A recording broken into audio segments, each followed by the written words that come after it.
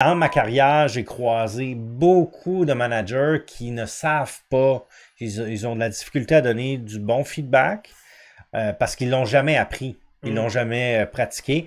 Et une tendance dans les grandes corporations, c'est on va faire des évaluations annuelles. Le feedback, attention, le feedback, ce n'est pas une validation. Parlez-vous. Parlez-vous au bout de vierge. Parlez-vous, puis donnez-vous des cadences de rétroaction. Hein.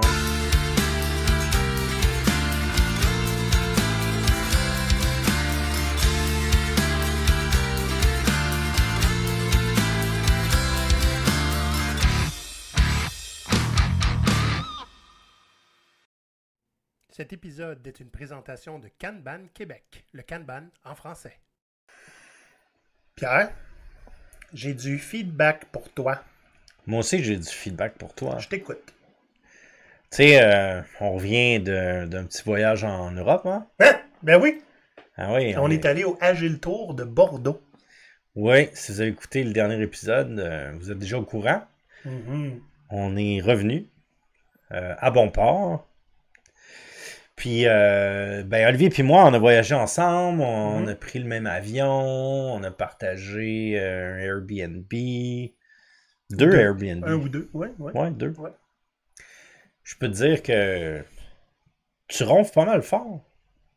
Merci pour ton généreux feedback, Pierre. Moi, mon feedback, c'est quand tu me donnes du feedback, c'est vraiment de la merde. Fait que j'ai du feedback pour toi. Apprends à donner du feedback, Pierre. Je vais voir ce que je peux faire. Peut-être je peux juste plus ronfler, tu sais, en respirant plus. Mais écoute, le bon côté de la chose, c'est que tu ronfles juste quand tu dors. Juste quand je suis sur le dos. Malheureusement, je suis souvent sur le dos. Donc, les amis, feedback aujourd'hui. On a reçu du feedback pour vrai, hein?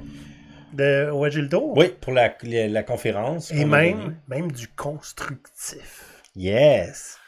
Vous savez qu'est-ce que ça veut dire quand quelqu'un vous dit « j'ai du feedback constructif pour vous autres » Généralement, c'est sans suivi d'un shit sandwich. On va te dire un petit quelque chose de positif. On va te dire qu'est-ce qu'il faut que tu améliores. Puis on va finir avec le bon hamburger du dessus avec des graines de sésame.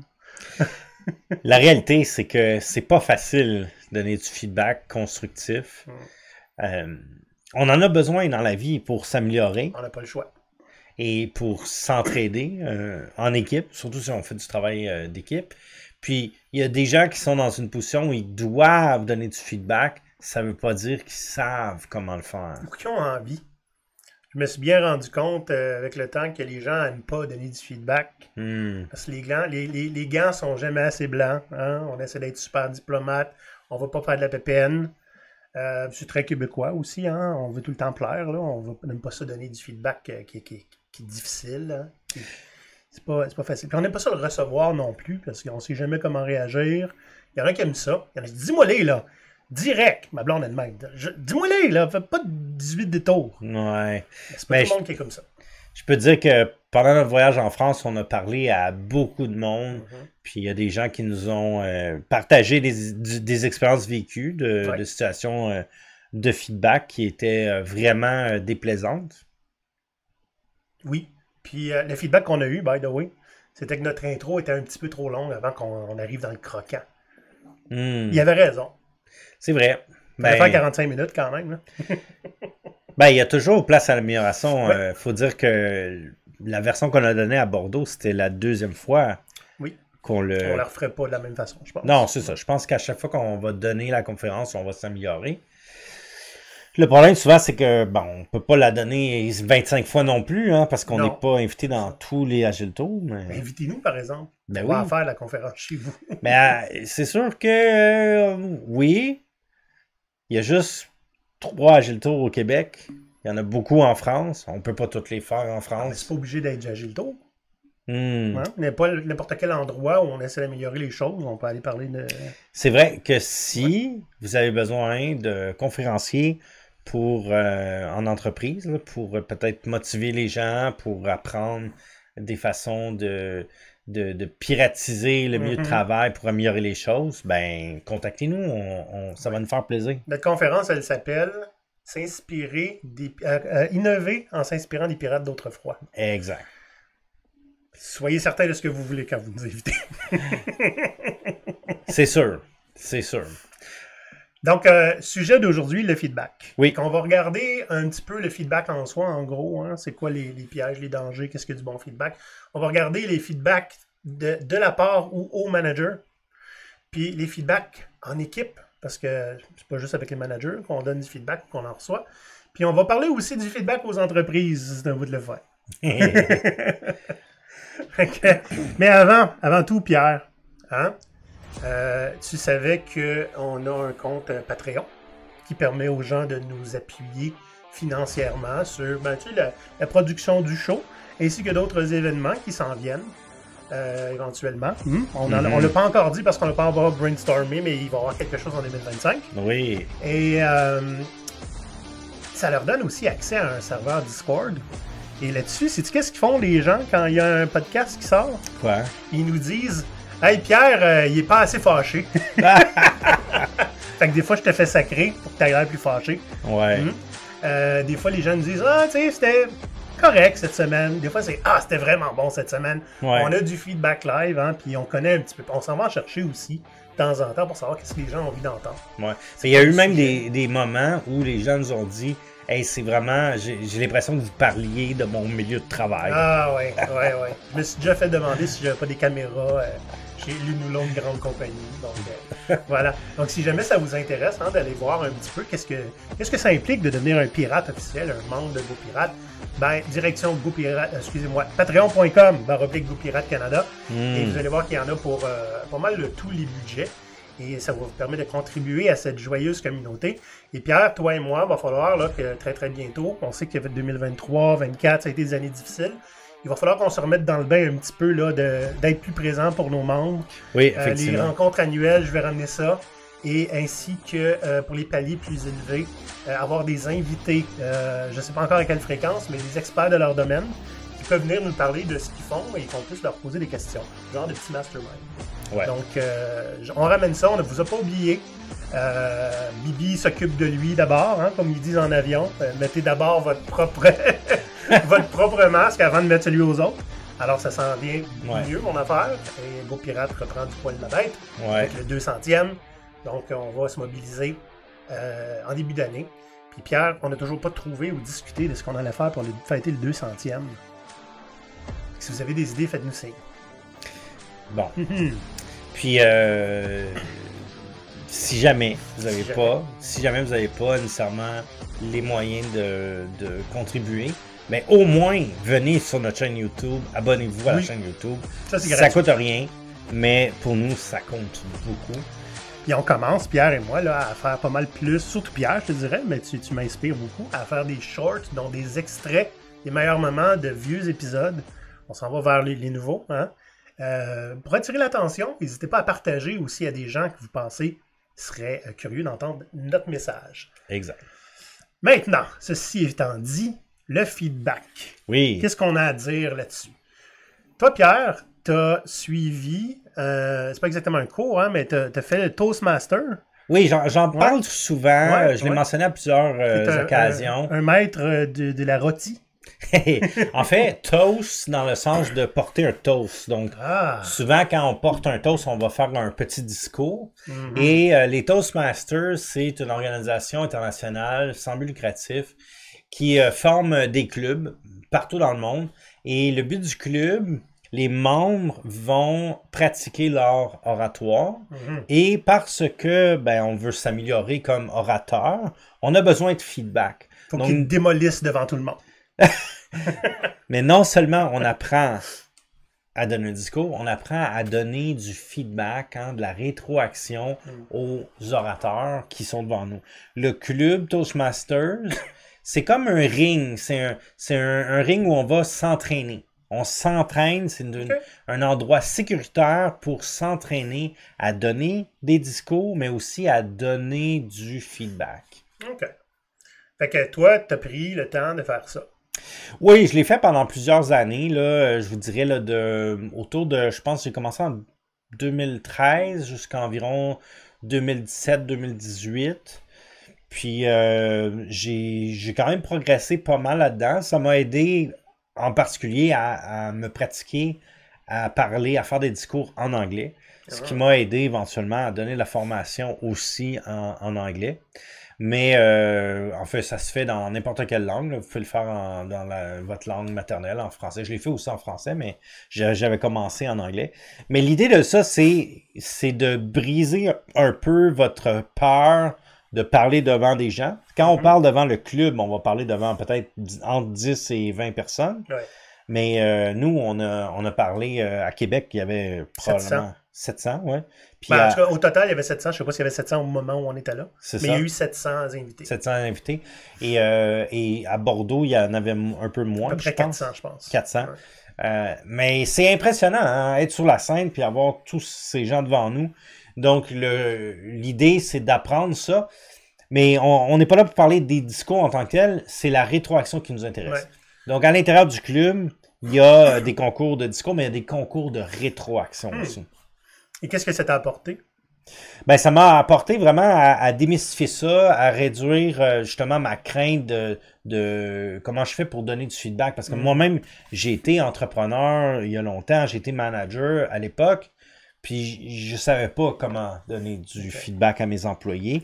Aujourd'hui, c'est beaucoup plus facile pour moi parce que je l'ai pratiqué avec les années. Tu peux leur dire qu'ils ronflent.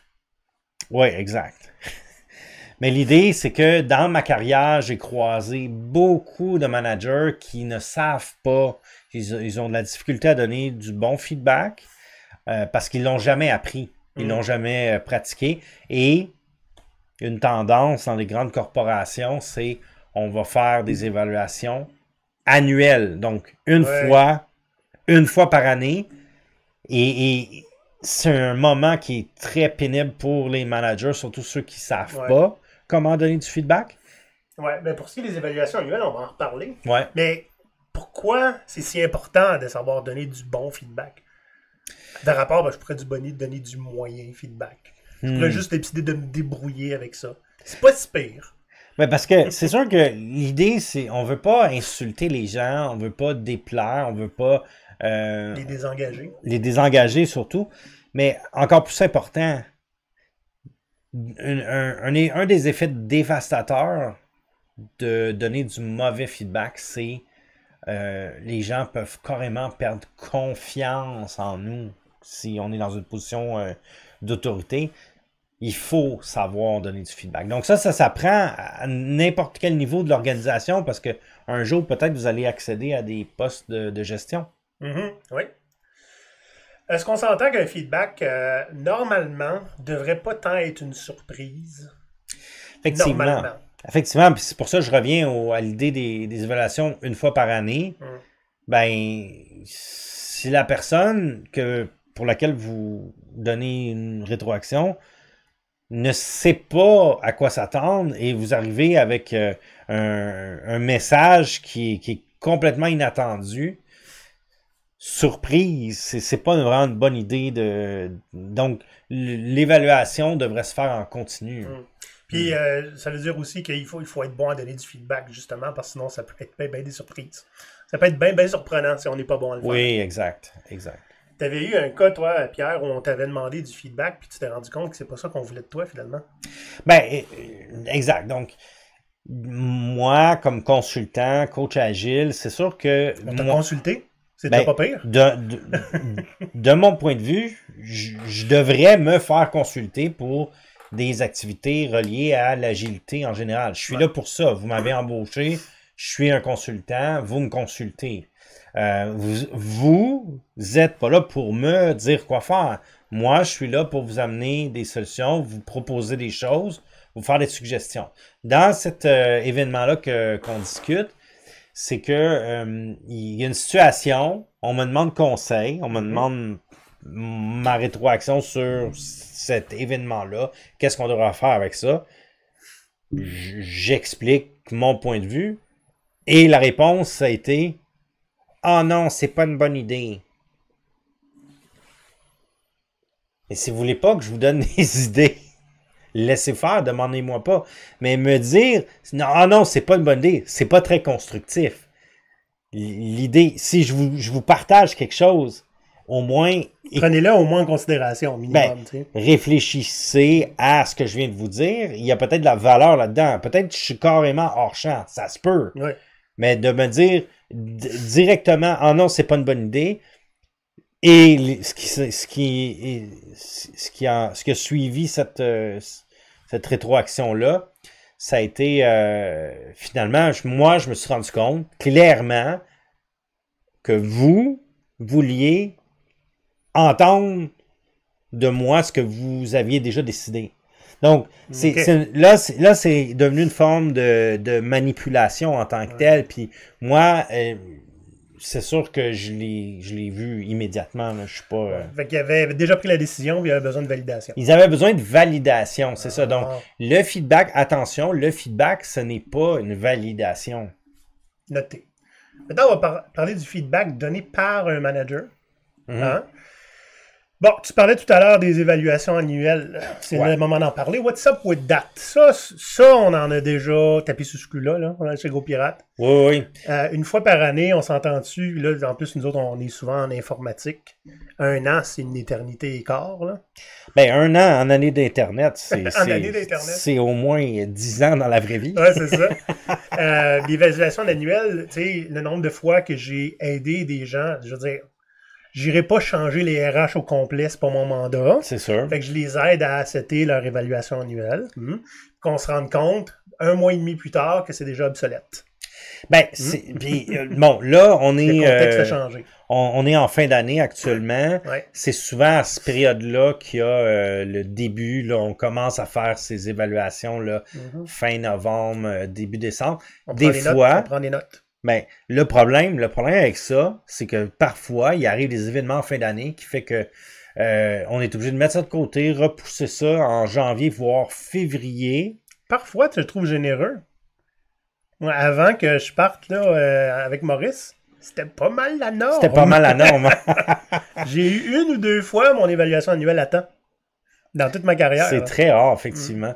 Ouais, c'est ça. Donc, déjà, en partant, si c'est si peu important que vous le repoussez de 2-3 mois. Pourquoi on le fait?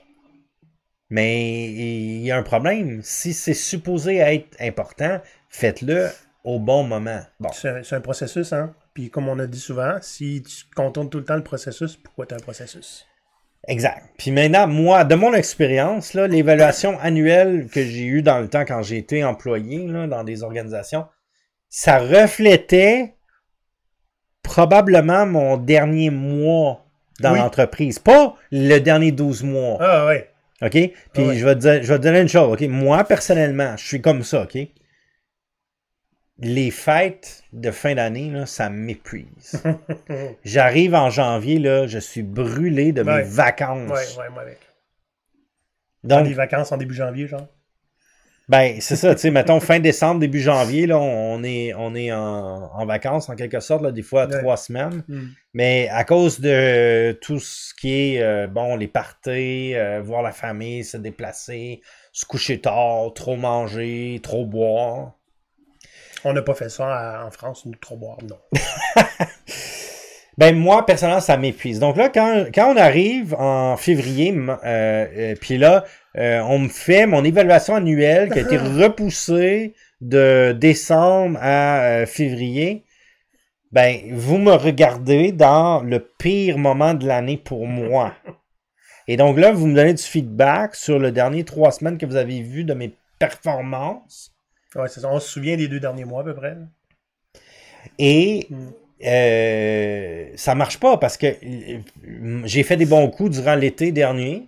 Mais ça n'existe plus, rendu là. Ça, man, on s'en reparlera à un moment donné. On a fait déjà, moi puis je me souviens pas qui. J'avais fait j'avais reçu un invité pour parler des évaluations annuelles. Puis j'étais comme, t'es bon coup, man. Si tu veux pas que quelqu'un d'autre prenne le narratif, tu amènes le narratif dans tes évaluations. Donc, puis tu prends un carnet de bord. C'est super important, mais c'est un autre sujet. Maintenant, là, je reviens au manager qui donne ce feedback-là. Souvent, le manager, il est un peu forcé de faire ça, parce que ça fait partie de ses tâches, ça fait partie de la culture de l'organisation, de dire, bon, on fait des évaluations annuelles, puis maintenant, c'est ta responsabilité, puis tu dois évaluer tes employés. Mais le manager, ça ne veut pas dire qu'il est bon et qu'il a de l'expérience à faire ça. Non, c'est ça. Et ça ne veut pas dire qu'il a envie, et probablement, il a une certaine peur de faire ce genre d'activité-là. Oui.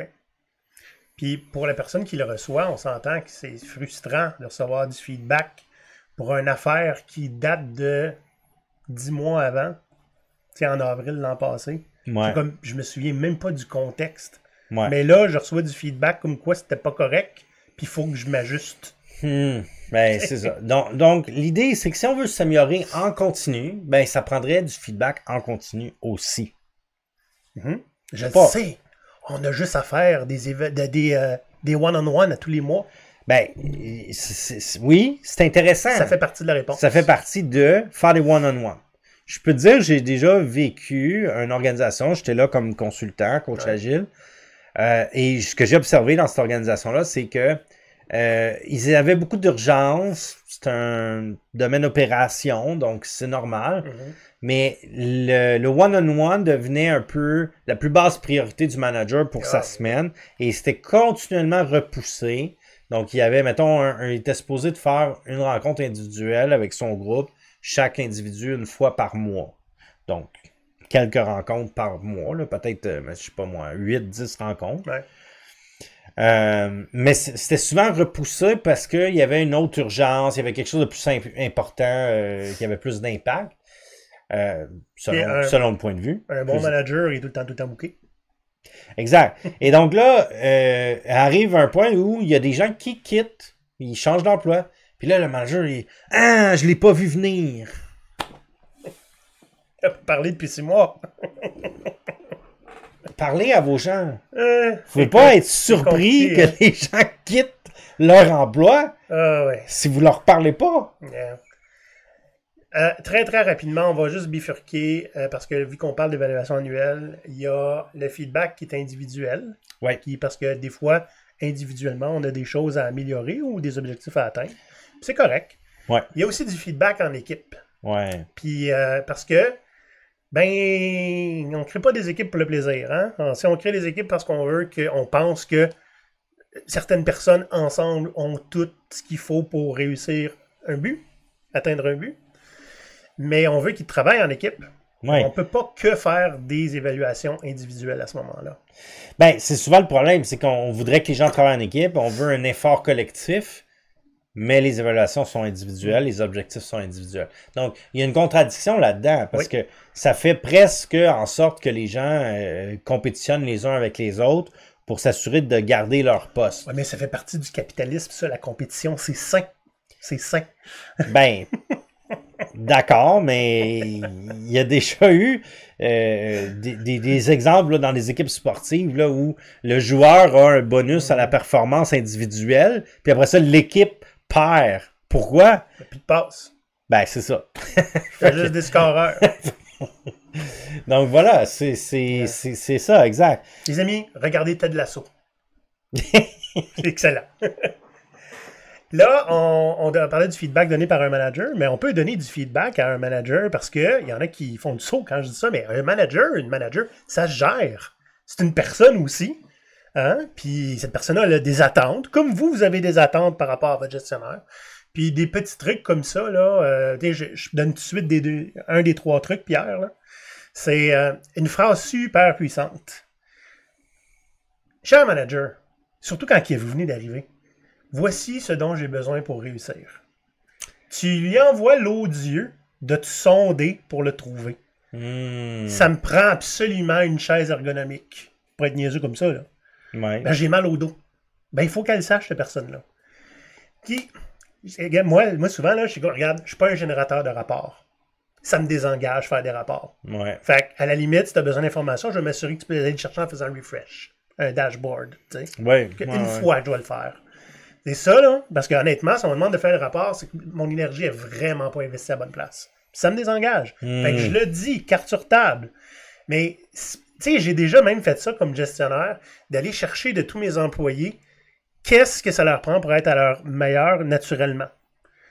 Puis, en sachant ça, j'enlevais toute la portion de « Ah, ben, finalement, il y a une situation et je dois réagir. » Et je pouvais aller proactivement au bat pour mes employés, parce que sachant qu'une décision du VP allait désengager 3 de mes employés, je pouvais aller intervenir. T'sais. Ben oui, c'est bon ça.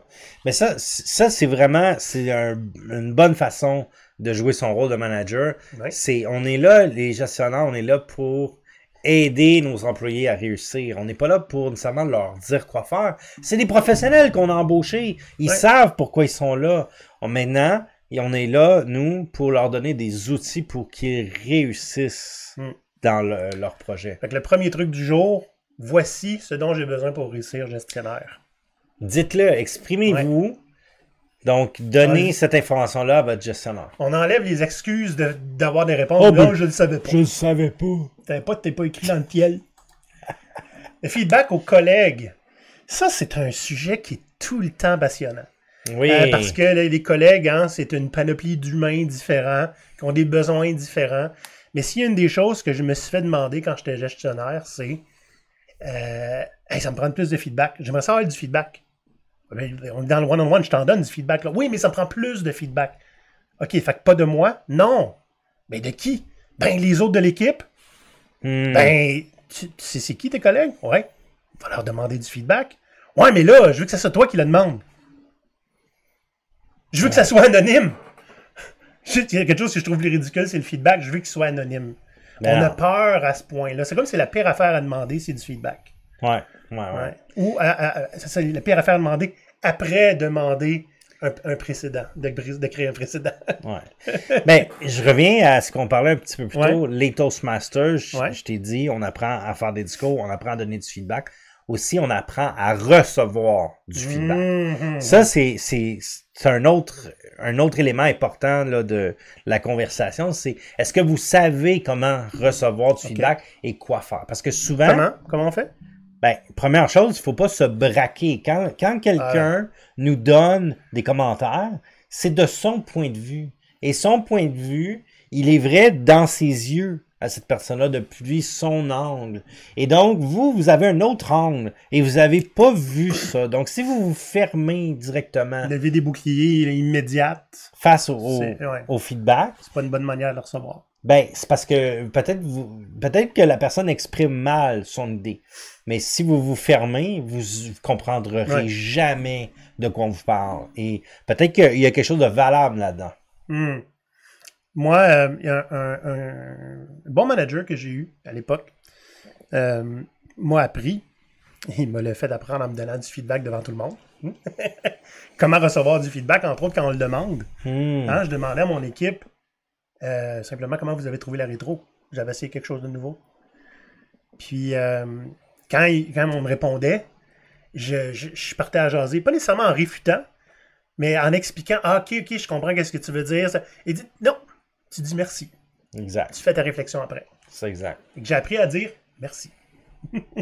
Exact. Donc, prenez-en du feedback, absorbez ce qu'on vous dit, puis après ça, faites une synthèse dans votre tête, peut-être prenez des notes, puis essayez de réfléchir qu'est-ce que vous pouvez faire dans cette optique-là, puis prenez-en, laissez-en, c'est correct, parce que oui, effectivement, vous avez vos raisons pour avoir fait telle ou telle chose, mais écoutez.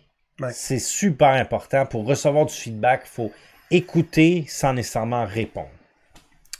Évidemment, le feedback par des collègues, par l'équipe, là, il y a toutes sortes de manières de faire ça, des 360 puis des 360, des affaires de même.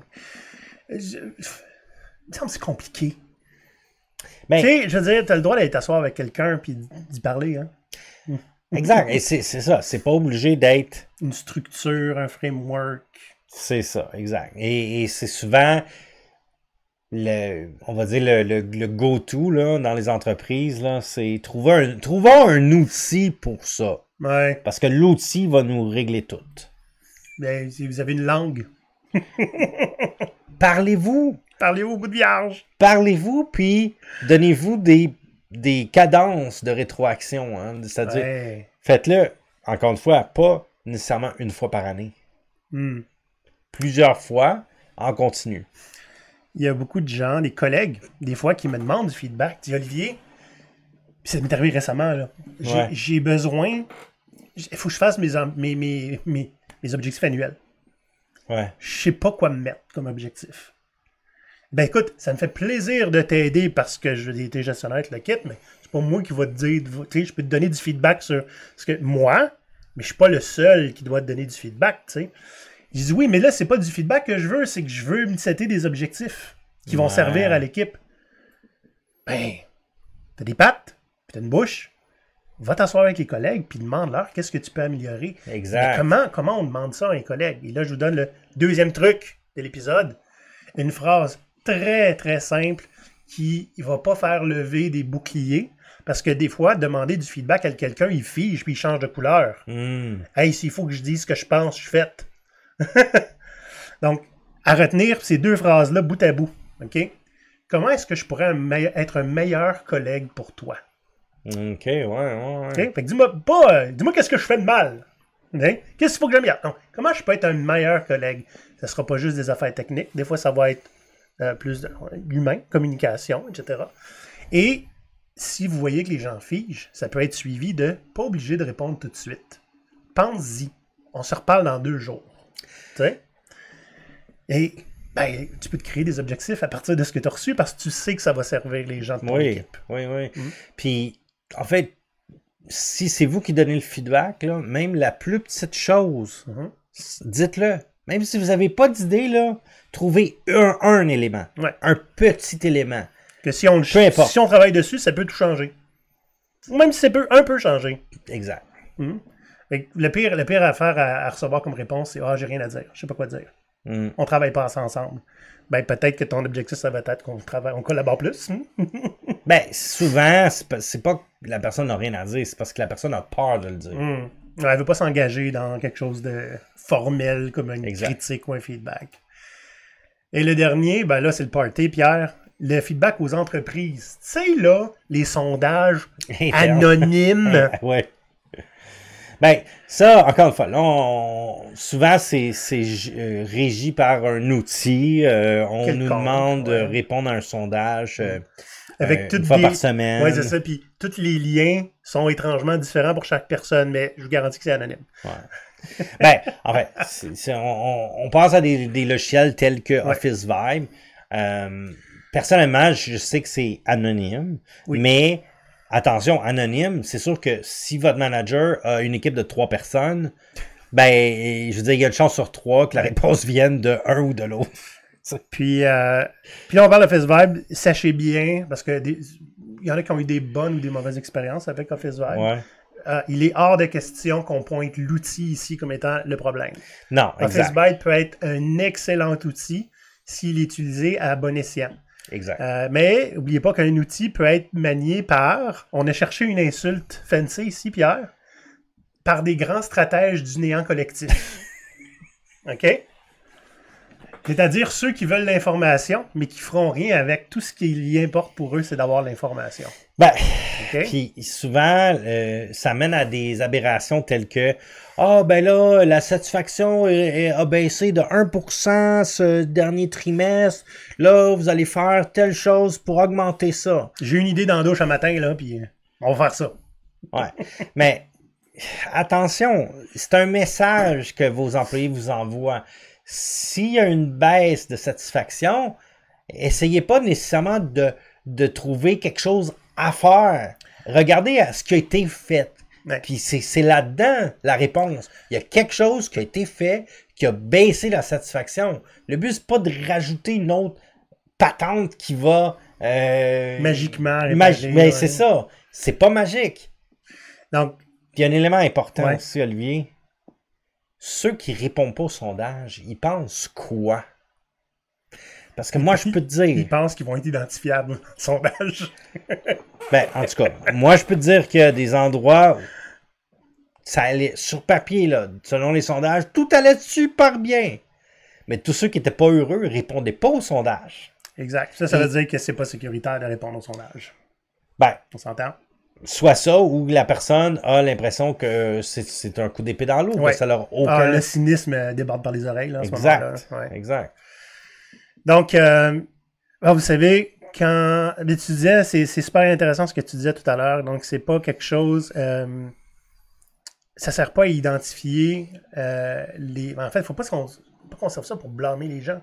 Mais non. J'ai entendu parler, parce que j'étais pas là, mais une situation dans une entreprise où j'ai été, j'avais demandé d'avoir Office Vibe. Puis là, RH a dit on l'a déjà eu, puis ça a commencé à faire la chasse aux sorcières. Là. Qui a dit ça sur le manager? Ouais, ben là, parce que c'est ça.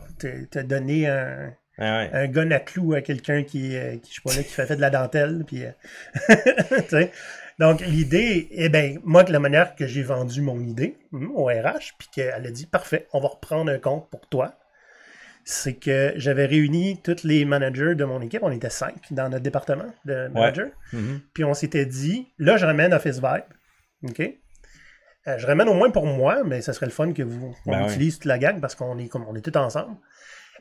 L'engagement qu'on prend, c'est que dès qu'on a du feedback négatif ou quelque chose à travailler là-dessus, on s'engage publiquement à réparer ou à intervenir. Et ça veut dire qu'à tous les vendredis, on prenait des croissants et des beignes et des chocolatines. Des pains au chocolat? Non, des chocolatines. Puis on annonçait les choses du moment le vendredi. Chaque fois qu'il y avait eu un feedback d'un employé, on leur permettait d'être anonymes, mais ils n'étaient pas obligés. OK. On annonçait, on a eu ça comme feedback et on se met là-dessus. Maintenant, voici ce qu'on a intention de faire. Puis si c'était pas réparé par la suite, il y avait des critères d'acceptance. Fait que si ça faisait pas l'affaire, il fallait qu'on essaie autre chose. Fait que là, on était vraiment 5 managers au service des employés. Et c'était c'était ma garantie. Ça veut dire que s'il y avait un autre gestionnaire qui répondait pas à ses affaires, j'allais voir personnellement. Il n'y a pas eu de réponse là. Tu n'étais pas en vacances, qu'est-ce que tu fais? Et ça, c'était intéressant parce que le changement, il était là. Puis les gens répondaient très vite, très bien. Il n'y avait pas beaucoup de cynisme avec ça. Ben, c'est intéressant, c'est une belle façon de l'utiliser. Effectivement, le danger là, d'un outil, c'est que ça devienne déshumanisant en réalité. Ouais. Parce que c'est souvent ce qu'on voit, c'est que les objectifs sont pas nécessairement alignés avec ce qu'on veut réellement atteindre. Ça, c'est un autre élément super important. Là. Quand on donne du feedback, normalement, c'est basé sur des objectifs qu'on a donnés. Mais ce que j'ai observé dans beaucoup d'organisations, Olivier, c'est que les objectifs sont pas au bon endroit. C'est qu'on va donner des objectifs pour régler un effet. Mais il ne faut pas s'attaquer à l'effet d'une situation, il faut s'attaquer à la cause d'une situation. Donc là, ça, c'est un autre élément, c'est que la situation actuelle, c'est le résultat de quelque chose qui s'est passé. Mais si vous faites juste vous attaquer à l'effet, puis je vais donner un exemple concret. Si dans une organisation, vous dites, nous autres, on veut, je sais pas moi, on veut réduire le nombre mettons, le nombre d'incidents sur notre application. Parfait. Donc, objectif, l'année prochaine, on veut réduire de 30% le nombre d'incidents. Qu'est-ce qui va arriver, tu penses? Il peut arriver toutes sortes de shit. Les humains, on va toujours trouver une façon d'atteindre l'objectif qui nous est imposé. Avec le moins d'effort possible, si possible. Peut-être en trichant le système. You get what you measure. Exact. Donc là, puis l'exemple que je donne, c'est une situation réelle que j'ai observée chez un client il y a plusieurs années en arrière. 30% de moins, je suis intervenu, moi, comme consultant, j'ai dit, mais non, c'est pas une bonne idée. Si vous voulez réduire le nombre d'incidents, là, regardez ce qui se passe actuellement. Là. Les gens réduisent le nombre d'incidents comment? Ils fusionnent des incidents qui se ressemblent. Ils réparent l'incident avant de le documenter. Pas besoin de le documenter, ça n'existe plus. Ah, ben oui. Ils vont jusqu'à... balayer en dessous du tapis d'une manière ou d'une autre. En tout cas, bref, ils vont trouver un moyen de réduire le nombre d'incidents. Ça veut pas dire que ça, c'est artificiel. Ça veut pas dire que la réalité, il y en a autant d'incidents qu'avant.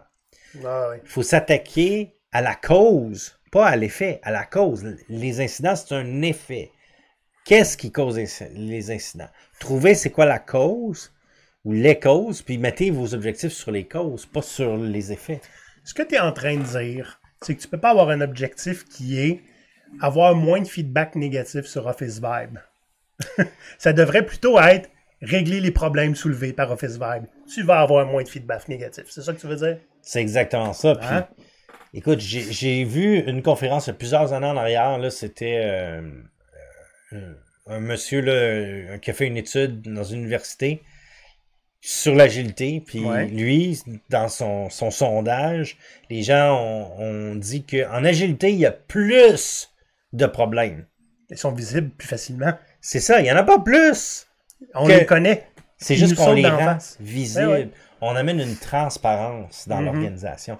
Mais c'est ça l'idée aussi d'un outil de feedback comme ça, c'est d'amener une transparence sur nos sentiments. Puis c'est pour ça qu'on dit c'est anonyme, c'est parce que laissez-vous aller. Dites-nous tout. Mais quand ça devient une chasse aux sorcières, ben là, on vient de perdre la confiance. Ça, c'est grave. C'est la pire chose que vous pouvez faire. C'est vous donner du mauvais feedback ou vous utilisez ça contre vos employés. Vous venez de perdre la confiance des gens. Moi, généralement, quand je sais que c'est anonyme, j'ai tendance à répondre avec tellement de clarté que ça ne peut être que moi qui réponds. Ceux qui me connaissent vont dire « Ah, c'est lié, c'est sûr, c'est sûr. » Fait que je fais un petit peu exprès pour que ça soit anonyme sans l'être. Hein? Dans le sens que si ce que je dis dérange vraiment, que personne ne vient me voir, je sais qu'est-ce qui se trame. Ouais. On les lit pas. Ou on s'en fout. Fait que, bref, tout ça pour dire, feedback aux entreprises, il y a ben les moyens d'aller chercher du feedback, mais s'il vous plaît, parlez-vous. Je sais que la haute direction ne peut pas parler à tout le monde. C'est la job des managers de savoir qu'est-ce que les gens ont besoin pour fonctionner. Et s'ils n'ont pas ce qu'ils ont besoin, c'est la job du manager de s'assurer qu'il l'aille et donc d'aller amener ça plus haut quand c'est nécessaire. Sinon, ben, des beaux outils comme Office Vibe, quand c'est mal utilisé, on s'entend, ça devient du crystal meth pour les managers qui se soucient juste leur image et qui vont juste aller s'assurer qu'ils ont des meilleures notes en faisant le moins possible d'efforts pour aller les mériter. Il reste juste un troisième truc, Pierre, que tu voulais tirer de Kanban. Ouais. J'aime bien. Ouais. Ben, effectivement, un des éléments importants, le Kanban, c'est un tableau qui permet d'extérioriser le travail des travailleurs. Donc, on observe l'état des lieux. Visuellement. Donc, c'est pour ça que, bon, c'est sûr qu'aujourd'hui, on a beaucoup des logiciels qui nous simulent des tableaux Kanban. Mais à l'origine, le tableau Kanban, c'était sur le mur. C'était des post-it avec des colonnes, des rangées, tout ça. L'idée, là, pensez-y, là. Si vous regardez le tableau, si on est tous, nous, les membres de l'équipe, là, on est côte à côte, on regarde le tableau, on pointe personne du doigt, on pointe le tableau. Le travail. On pointe le travail. On pointe le travail, c'est ça. L'état de la situation, l'état des lieux actuels, c'est la somme de toutes les décisions qui ont été prises avant. Puis ça, c'est dans le passé, on ne peut plus les changer. Peut-être qu'on a pris des mauvaises décisions, fait des mauvais choix, mais on est là. Puis on peut juste regarder vers l'avant. Être fâché contre le passé ne règle pas le présent. Exact. Donc, ensemble, on regarde le travail et maintenant, à partir de là, on peut prendre des bonnes décisions vers le futur. Donc ça, c'est... En fait, la rétroaction, c'est pas juste s'échanger de l'information. Hein. C'est échanger l'information, mais de là, prendre une décision, puis ensuite passer à l'action. C'est généralement dans le but de s'améliorer. Exact. Mais pour ça, il faut prendre une décision, passer à l'action. Et donc, le feedback entre nous, individus, entre managers et employés, mais aussi le feedback de l'état des lieux et nous, c'est un échange d'informations qui nous permet de prendre une décision et ensuite de passer à l'action pour améliorer les choses. Donc, extérioriser l'état des lieux et aussi dépersonnaliser, là. Voici ce qui se passe, c'est pas la même chose de voici ce que tu as fait. Puis là, ça vient un peu en contradiction avec un autre élément important, c'est on veut que le monde prenne le ownership de leur travail. Ils peuvent pas prendre l'ownership s'ils n'ont pas le feedback qu'ils ont besoin pour l'améliorer. Mais en même temps, c'est que si tu prends le ownership, ça veut dire que c'est comme si le travail t'appartient, c'est mon travail, c'est mon job, c'est à moi. Ah, ok, ouais. Mais d'accord, mais la réalité, c'est que le travail appartient à l'entreprise. Puis, on veut que vous soyez responsable, que vous soyez peut-être imputable aussi, mais ça doit se faire solidairement. Ouais. Toute l'équipe, incluant les managers. Tu peux pas être imputable si tu n'as pas la possibilité de prendre des décisions. Exact. Sinon, tu es juste un scapegoat. Exactement. Donc, c'est pour ça que retirer du vocabulaire, là, prenez le ownership. Non, c'est collectivement, on a une responsabilité, mais on ne possède pas le travail. La preuve, si vous quittez votre emploi, ou qu'on vous remercie, vous ne quittez pas avec le travail, il reste là, le travail va rester là. Vous vous en allez, le travail reste dans l'entreprise. Donc le travail appartient à l'entreprise, on l'extériorise parce que l'état des lieux, c'est le contexte qui découle du passé. Vous ne pouvez pas changer le passé, vous pouvez changer le futur, mais on peut juste changer le futur ensemble, en prenant des décisions ensemble. Donc, on va échanger l'information, on prend des décisions et ensuite on passe à l'action. Donc, t'es sûr qu'on peut pas changer le futur en criant en face à quelqu'un devant tout le monde? Ben oui, il va s'en aller. Le futur est changé direct là. Est-ce que ça améliore les choses? Pour la personne qui se fait crier après, probablement. Olivier, j'ai un dernier point. Ouais. L'idée de cet épisode nous est venue suite à une conversation qu'on a eue avec quelqu'un lors de notre voyage en France. Quelqu'une. On va pas rentrer dans le détail, mais ce qu'elle nous a raconté, je l'ai vu à maintes reprises, même ici, que ce soit au Québec, en France, là, c'est la même chose. C'est le manager, souvent, n'a pas accès à toute l'information, donc va aller chercher des bribes d'informations à gauche, à droite, va entendre quelque chose. Des racontars. Des racontars, des ragots. On me dit, quelqu'un me dit. Et le manager pourrait utiliser ça dans le feedback en one-on-one envers la personne. Le frisson. Ça n'a aucun bon sens. Comme manager, là, vous pouvez pas juste prendre pour acquis que ce qu'on vous raconte, c'est absolument vrai, puis après ça, déformer cette information-là pour donner du feedback à quelqu'un en one-on-one. Arrêtez ça. On peut pas... On peut pas faire ça. Non. Non. Si vous entendez des choses... S'il le dit pour vrai... Vous entendez des choses, là, prenez pour acquis qu'il y a un flou, là, que vous n'avez pas toute l'information. Mettez ça de côté, essayez pas d'analyser ça contre votre employé.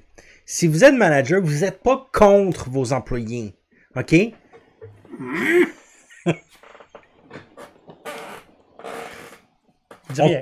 On travaille ensemble.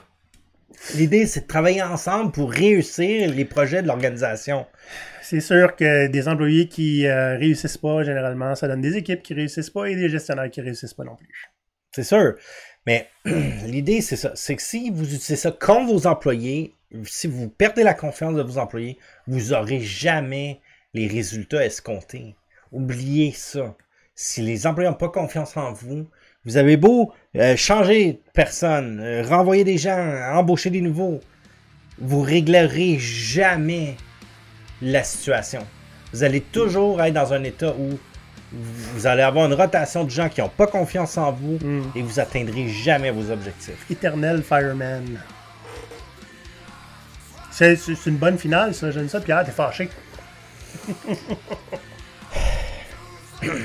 Pierre, on va se voir dans 2 semaines. On ne sait pas encore c'est quoi le sujet, mais on va trouver.